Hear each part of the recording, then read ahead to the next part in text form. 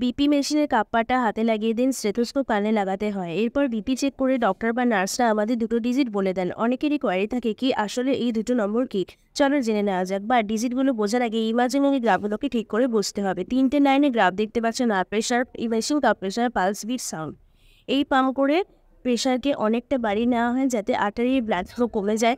Confirmation হিসেবে কোনো pulse bit শোনা যায় না। এরপর এই ছোট ভাল্ব দিয়ে কাপ প্রেশার খুব স্লোলি কমানো হয়, ফলে স্টেথোস্কোপে হালকা বিট শোনা যায়, যা হলো হাই প্রেশার পয়েন্ট। আবার একে যখন রিলিজ করা হয় তখন পালস প্রেশার আর্টারি প্রেশারের থেকে কমে যায়, আর পালস বিট আবার জোগালো থেকে আবার হালকা হয়ে যেতে থাকে। নর্মাল ব্লাড ফ্লো রিস্টোর হয়।